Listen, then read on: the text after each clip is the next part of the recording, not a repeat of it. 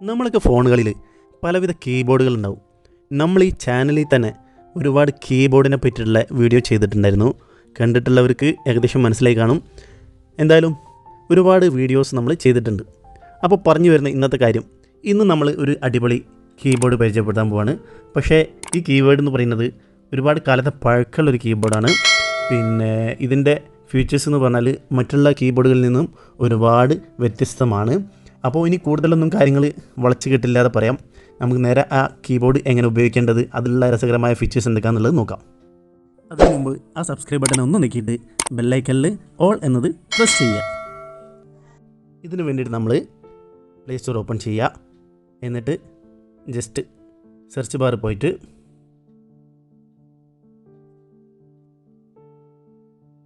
BOBBLE bobble indic keyboard എന്നുള്ളത് type ചെയ്ത് കൊടുക്കുക.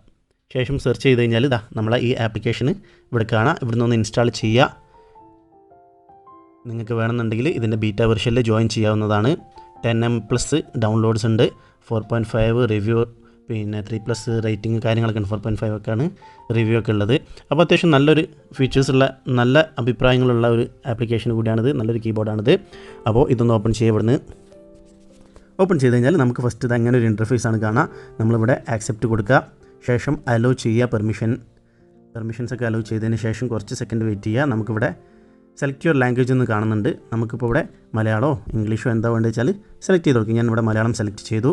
ശേഷം നമ്മൾ ഇവിടെ കാണിക്കുന്നത് ബബിൾ ഓൾ കീബോർഡ് എന്നുള്ളത് ഒന്ന് സെലക്ട് ചെയ്യുക.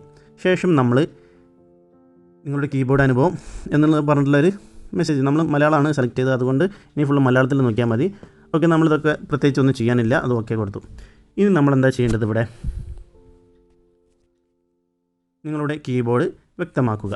നമുക്കിതിൽ കീബോർഡ് ടോപ്പ് ഇതൊക്കെ റൈറ്റിലേക്ക് ടോഗിൾ നീക്കിയിട്ട് കൊടുക്കാം. ശേഷം ബാക്ക് വരാം.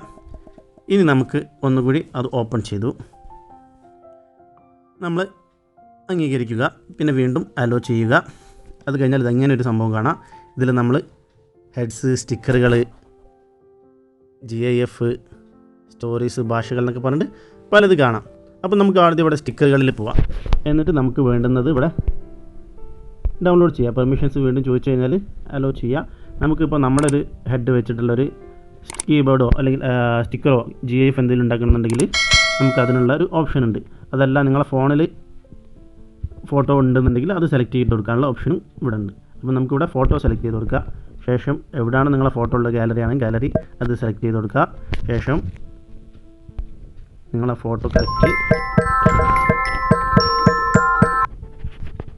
ഒന്ന് സെലക്ട് ചെയ്ത് കൊടുക്കുക. നിങ്ങളെ ഫോട്ടോ ഏത് ഫോട്ടോ ആണോ വേണ്ടതെന്നുണ്ടെങ്കിൽ ആ ഫോട്ടോൻ്റെ ഹെഡൊന്ന് ഓക്കെ പിടിക്കാം. അടുത്തതിൽ നിൽക്കുക. മെയിലാണോ ഫീമെയിലാണോ എന്നുള്ളത് അത് സെലക്ട് ചെയ്യുക.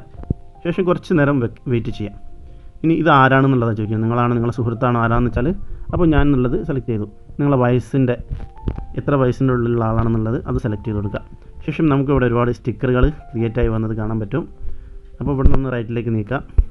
നമ്മുടെ ഫേസ് വെച്ചിട്ടുള്ള ഒരുപാട് സ്റ്റിക്കറുകൾ നിങ്ങൾക്ക് ഇവിടെ കാണാൻ പറ്റും. ഞാൻ എൻ്റെ ഫോട്ടോ വെച്ച് ചെയ്തപ്പോൾ ഒരുപാട് സ്റ്റിക്കറുകൾ ഇവിടെ ഉണ്ട്. ഇനിയിപ്പോൾ സ്റ്റിക്കറല്ല GIF ആണ് വേണ്ടതെന്ന്, GIF എന്ന് പറഞ്ഞാൽ മനസ്സിലായല്ലോ, ആനിമേറ്റഡ് ആയിട്ടുള്ള ആ ഫോട്ടോസ്. ഇനി നമുക്കിവിടെ ഒരുപാട് ഡൗൺലോഡ് ചെയ്യാനുള്ള ഓപ്ഷൻ ഉണ്ട്. തീമുകളായാലും പിന്നെ സ്റ്റോറീസ് ആയാലും ഒക്കെ പുതുതായിട്ട് വന്നതെന്നൊക്കെ പറഞ്ഞിട്ടുള്ള ഒരുപാട് ഓപ്ഷൻസ് നിങ്ങൾ ഇവിടെ കാണാൻ പറ്റും. കേട്ടോ, ആനിമേറ്റഡ് ആയിട്ടുള്ള ഫോട്ടോസ് ഇവിടെ കാണാം. അപ്പോൾ ഇനിയിപ്പോൾ നമുക്കിതെങ്ങനെ വാട്സപ്പിൽ യൂസ് ചെയ്യാമെന്നുള്ളതിനെ കുറിച്ച് കൂടി നോക്കിയിട്ട് വീഡിയോ വൈൻഡപ്പ് ചെയ്യുക. വാട്സപ്പ് ഓപ്പൺ ചെയ്യുക. അതിന് വേണ്ടിയിട്ട് ശേഷം നമുക്ക് ചാറ്റ് ചെയ്യേണ്ട ബോക്സ് എടുക്കുക. ഇവിടെ നമ്മൾ എന്താണോ സെലക്ട് ചെയ്യേണ്ടത്, അതായത് ഏത് ഫോട്ടോ ആണ് സെലക്ട് ചെയ്യേണ്ടത് എന്നുള്ളത്, അതായത് ഏത് സ്റ്റിക്കറാണ് സെലക്ട് ചെയ്യേണ്ടത്, ആദ്യം അതിന് കീബോർഡ് സെലക്ട് ചെയ്ത്, കീബോർഡ് ഡിഫോൾട്ടായിട്ട് ഇപ്പോൾ ഞാൻ അതിനാണ് വെച്ചത്. ഇതിൽ നമുക്ക് റൈറ്റ് സൈഡിലായിട്ട് സ്റ്റിക്കറൊക്കെ കാണാവുന്നതാണ്. ഇതിൽ നമുക്ക് ഇഷ്ടമുള്ളൊരു കീബോർഡ് സെലക്ട് ചെയ്യാം. കീബോർഡിൽ ഇഷ്ടമുള്ള സ്റ്റിക്കർ സെലക്ട് ചെയ്യാം.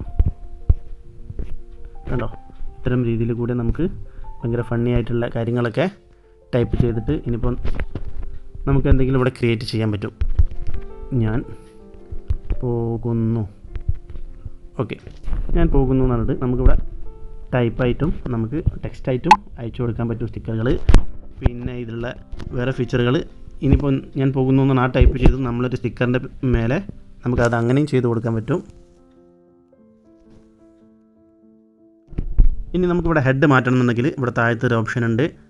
അതിൽ വന്നു കഴിഞ്ഞിട്ട് നമുക്ക് ഇഷ്ടമുള്ള ആളുകളെ ആഡ് ചെയ്യാം. കുടുംബാംഗങ്ങളെയും സുഹൃത്തുക്കളെയൊക്കെ നമുക്ക് ആഡ് ചെയ്യാൻ ഇവിടെ താഴത്തുള്ള ബട്ടണിൽ നിൽക്കി കഴിഞ്ഞാൽ നമുക്ക് ഇഷ്ടമുള്ളവരെ ആഡ് ചെയ്യാം. എന്നിട്ട് ഇതുപോലെ തന്നെ നമുക്ക് നമ്മളെ കീബോർഡിലേക്ക് കൊണ്ടുവരാം അവരെ ഹെഡ് വെച്ചിട്ട് നമുക്ക് ഒരുപാട് സ്റ്റിക്കറുകൾ ഉണ്ടാക്കുക, GIF ഉണ്ടാക്കുക. അപ്പോൾ തീർച്ചയായിട്ടും ഉപകാരപ്പെടുന്നൊരു വീഡിയോ ആണ്. മാക്സിമം എല്ലാവർക്കും വേണ്ടി ഷെയർ ചെയ്ത് കൊടുക്കുക, കിട്ടാത്തവർക്കൊക്കെ ഒന്ന് ഷെയർ ചെയ്ത് കൊടുക്കുക. അപ്പോൾ അത്രയേ ഉള്ളൂ ഈ വീഡിയോയിൽ. മറ്റൊരു സെഗ്മെൻറ്റിൽ വീണ്ടും കാണുന്നവരെ ബൈ.